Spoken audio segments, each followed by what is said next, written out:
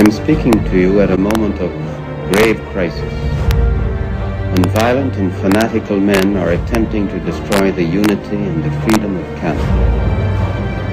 One aspect of that crisis is the threat which has been made on the lives of two innocent men.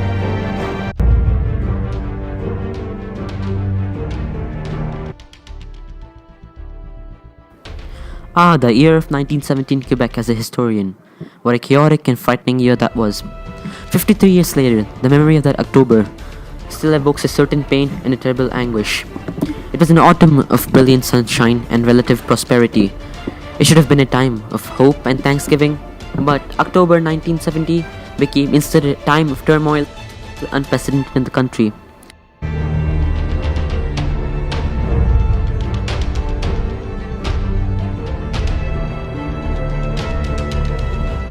Terrorists named the FLQ, or the Front for the Liberation of Quebec, had seized every corner of legitimacy possible in Quebec. Soldiers were in the streets, and the body of a very important politician named Pierre Laporte was found in the trunk of a car, and a great many Canadians were simply scared. The kind of thing that was supposed to happen in other countries. The other countries that were the stuff of the newspapers and television, but not in Canada, that had just celebrated its centennial. As the years go by, it is harder and harder to explain what happened in October 1970 to those who went around. Hard to explain why the country's values seemed imperiled, why the country itself seemed in danger of a collapse. But as a historian, here's a brief description of why the things that happened.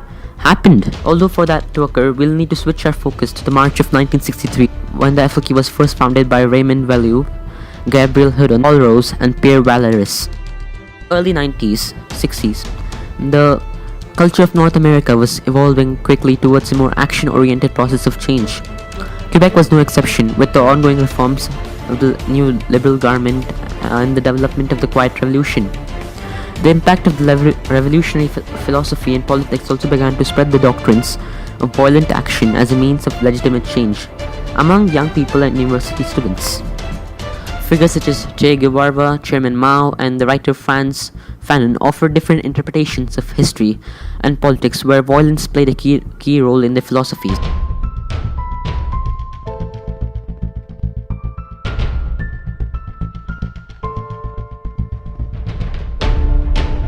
The frustration at the pace of change in Quebec led some to believe that only violence would fix this problem now, thus resulting in the creation of the FLQ. The FLQ was also stimulated by international factors such as the decolonization of Algeria and the success of the Khalistan Liberation Organization in reforming mere members of the FLQ.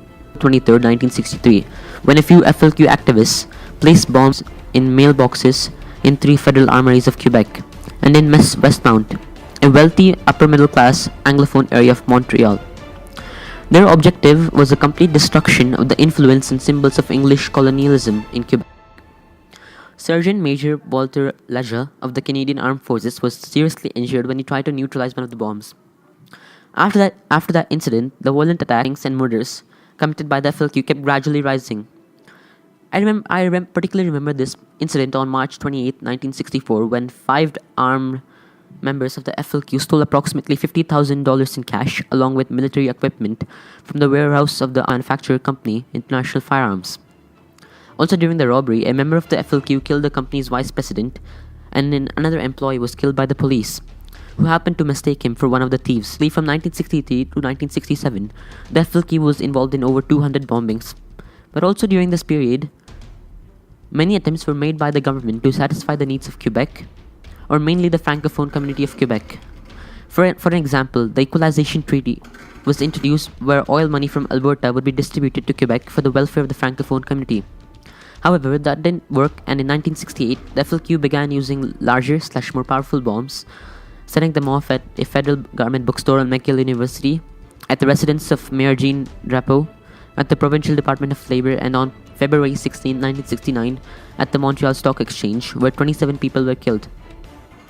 Mind you, the FLQ always had the support of the Francophone community to back the terrorist activities.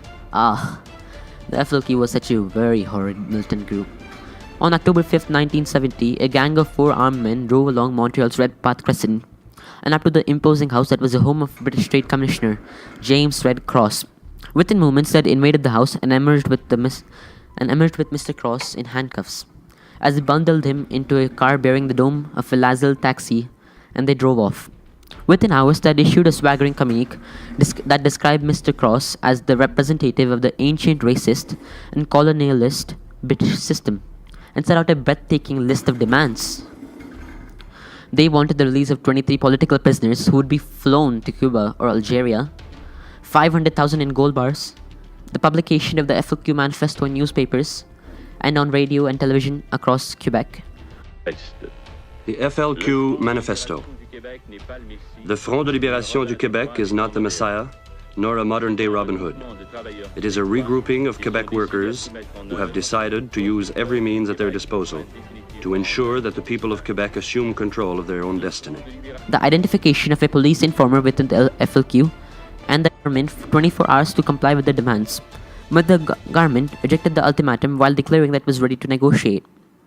The uneasiness caused by the kidnapping of Mr. Cross became a serious alarm after 5 days, when Quebec's Labour, Manpower/Immigration Minister, Mr. Pierre Laporte, was kidnapped while playing football with his nephew in a park. I mean, one, kidnapping was bad luck, and two, was an indication that Canada was in dire straits. Swift response from the federal government and the Liberal leader Pierre Trudeau. On 15th October, the Quebec government formally requested assistance from the Canadian Armed Forces to supplement the local police.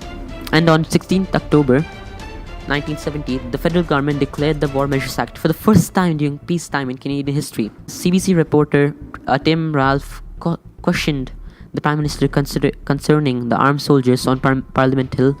Trudeau responds now famous dialogue.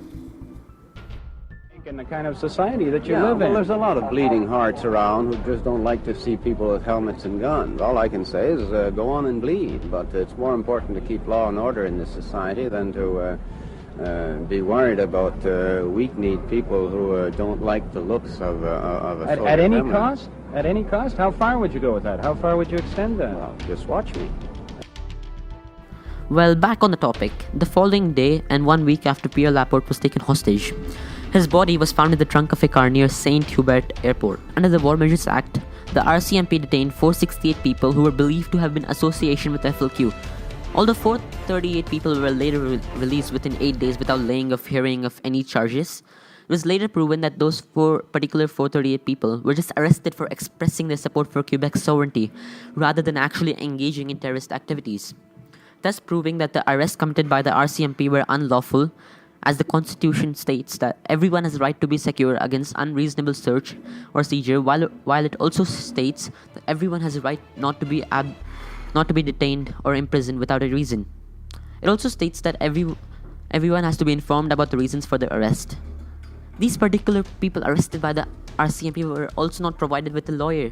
I mean, that's illegal under the Constitution. Regardless, the War Measures Act gave such stupendous power to the police that they could absolutely do anything they wanted without being questioned about it. Also, during this period, many restrictions were placed upon the general public living in Quebec. For an example, it was illegal to publicly discuss about the FLQ, leaving alone attending any of their rallies. It was also illegal for the media to present any anti-government material, as there were rules in place that all types of media had to showcase their support for the activities performed by the government. It was also illegal during this period to travel/in out of Quebec without a valid reason. It was also completely legal during this period for the RCMP to search anybody's personal property without a valid reason, while it was only completely legal for them to search anyone without a valid protection.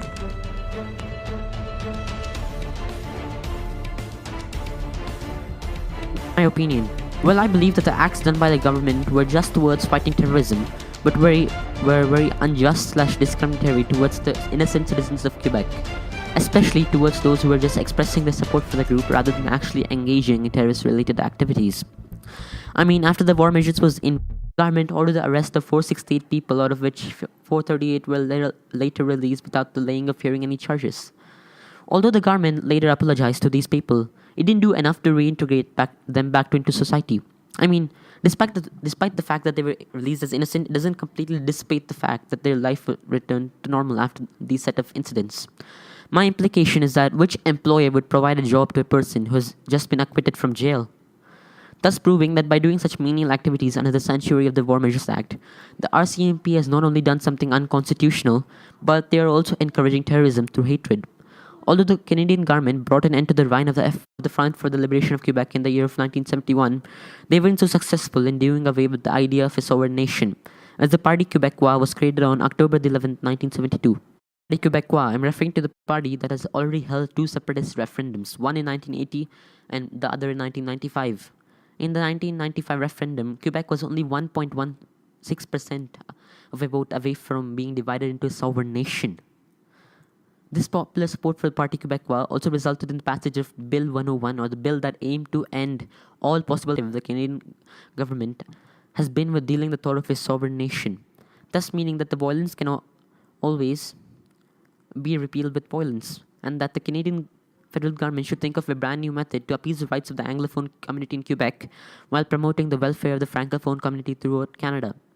Regardless, there were also some positives to take from this crisis. For an example, it is believed that the October crisis / its hooliganism motivated Mr. Pierre Trudeau, the then Prime Minister, to create the Charter of Rights and Freedoms, or document that would bind the individual rights of each and every Canadian, while it is also believed that this crisis inspired the members of the House of Commons to abolish the War Measures Act and replace it with the Emergency Powers Act. And don't forget to subscribe or watch some of my other videos.